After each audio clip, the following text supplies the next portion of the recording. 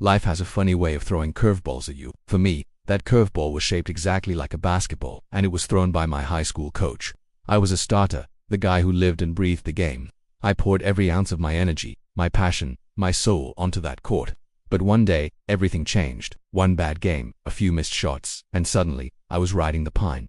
Benched, just like that. I remember sitting there, the squeak of sneakers on the polished wood echoing in my ears, feeling a mix of confusion and white-hot anger. Coach walked over, not to give me a pep talk, but to tell me, maybe this just isn't for you. You don't have what it takes. Those words, they stung worse than any loss. He didn't just bench me from a game, he tried to bench my dream. I felt invisible, like all my hard work meant nothing. The ride home was silent. I just stared out the window, replaying his words over and over.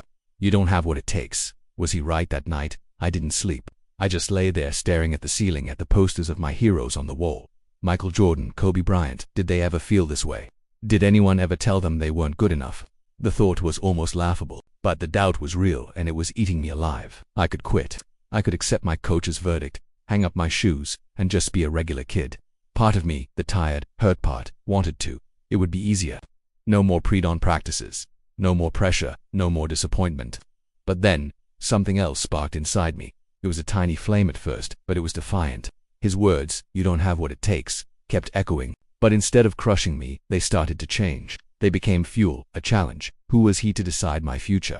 Who was he to define my limits? He saw a bad game. I saw a temporary setback. He saw a failure. I saw a lesson waiting to be learned. That was the turning point. I made a decision right there, in the dark of my room. I wasn't going to let one person's opinion become my reality. I wasn't going to let him win. My dream wasn't his to take away. The next morning I was up before the sun. I went to the local park, the one with the cracked pavement and the rusty chain-link net. It wasn't glamorous, but it was my sanctuary. I started from scratch. I worked on my fundamentals, dribbling until my hands were raw, shooting until my arms felt like they'd fall off. I watched hours of game footage, not just of the pros, but of myself. I analyzed every mistake, every missed opportunity. I became a student of the game in a way I never had been before. I wasn't just practicing. I was forging myself into something new.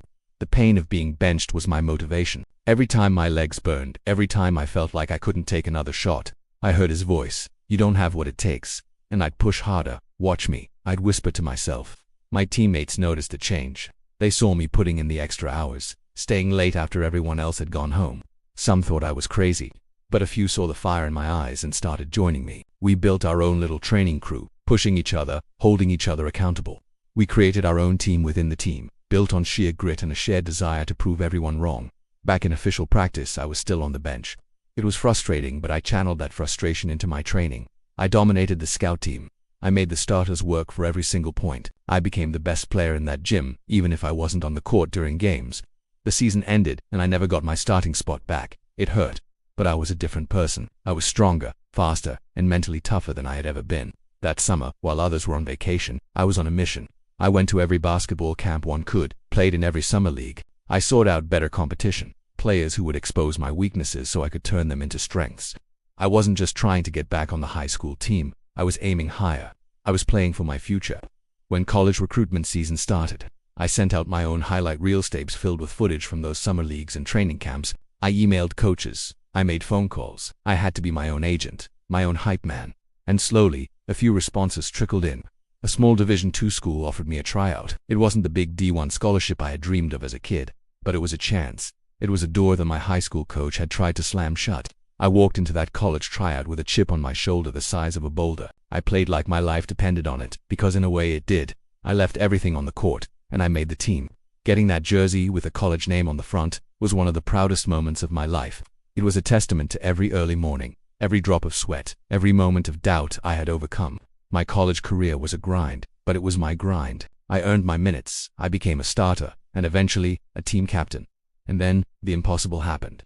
After my senior year, I got a call from an agent. There was interest from a professional league overseas, a real, professional contract. It was surreal. The kid who was told he didn't have what it takes was being offered a chance to get paid to play the game he loved. I signed that contract.